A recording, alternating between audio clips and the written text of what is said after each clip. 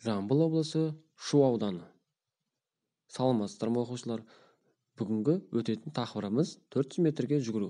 400 метрге жүгіру 3 кезеңнен тұрады. Бірінші, төменгі сөреде тұру. Екінші, төменгі сөреден шығу. Үшінші, мөреден өту. Сабақтың мақсаты: оқушыларға жеңіл атлетика жаттығуларының адам өміріне қажеттілігін түсіндіру, жеңіл атлетика жаттығуларының түрлерін, әдіс-тәсілдерін, техникасын пысықтау, оқушылардың жылдамдық, күш, шыдамдылық тағы басқа қасиеттерін дамыту. Жүгіру кезіндегі қауіпсіздік ережелері: қысқа қашықтықтарда тек өз жолымен жүгіру керек. Басқа жүгірушінің жолына өтіп кетуге болмайды. Жүгіріп келе жатып кілт тоқтауға болмайды. Қатарласа жүгіріп келе жатқан сыныптастарымен әңгімелесуге, оларға тым жақындауға болмайтынын ескертеміз. Достар, бәріңіз де мықты, сау және төзімді болғыларың келеді. Ол үшін не қажет? Әрине жаттығу. Мен қазір бір қатар жаттығуларды көрсетемін. Олар әрдайым шырақ болуға көмектеседі. Ал бастайық. Барлық жаттығуларды 4-5 рет қайталауға болады. Көзге жаттығу жасайық. Бас қозғалмауы тиіс. 1 дегенде солға қарайсыз, 2 дегенде оңға қарайсыз, 3 дегенде жоғары, 4 дегенде төмен қарайсыз. 1, 2, 3, 4, 1, 2, 3, 4. Аяқтың арасын кең ашып тұрыңыз. Қолды белге қойыңыз. Басты оңға солға, артқа бұрып еңкейтеміз.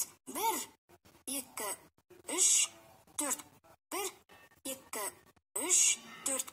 1, 2, 3, 4. 1, 2, 3, 4. Аяқтың арасын кең ашып тұрыңыз. Сол қолды жоғары, оң қолды төмен түсіріп, артқа алға қарай сермеңіз. 1, 2, 1, 2, 1, 2, 1, 2, 1, 2. Жүзу жаттығуы. Жүзген сияқты қолыңызды сермеңіз. Бұл иық пен қолды жаттықтырып, омыртқаны түзейді. 1, 2, 1, 2, 1, 2, 1, 2. Екі жаққа қарай иілуді орындаймыз. Оң қолды жоғары көтеріп, солға қарай созыламыз. Қолды ауыстырып, оңға созыламыз. 1, 2, 3, 4. 1, 2, 3, 4. Аяқтың арасын кең ашып тұрыңыз. Қол екі жаққа созылған. Денені оңға және солға бұрамыз. 1, 2, 3, 4. 1, 2, 3, 4. 1, 2.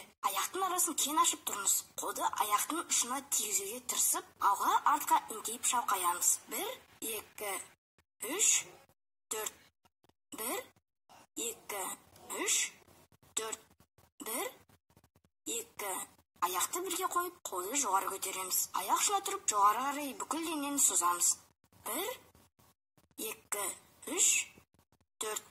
1, 2, 3, 4.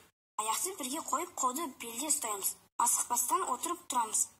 1, 2, 3, 4. 1, 2, 3, 4.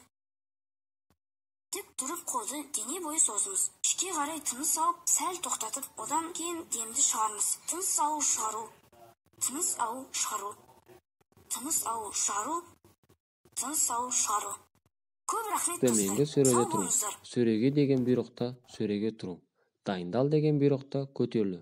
Жүгір деген бұйрықта аяқ қолды тез-тез қимылдатып, 20 метрге дейін аяқты жиі-жиі басып, қарқын алғанша жүгіріп, қалғанын барынша қарқынмен жүгіріп келіп, мәре сызығын кесіп өту қажет. Екінші, төменгі сөреден шығу. Сөреден шыққанда денеміз бірте-бірте тіктеледі. Қашықтықтың бастапқы кезеңде 15-20 метр жерде аяқты жерге қатты тірей басып жүгіру арқылы орындалады. Серпілу қуатын арттыру үшін санды шапшаң әрі ілгері көтеру маңызды рөл атқарады. Өзге қашықтықтарға қарағанда адым кеңірек болады. Үшінші, мәреден өту.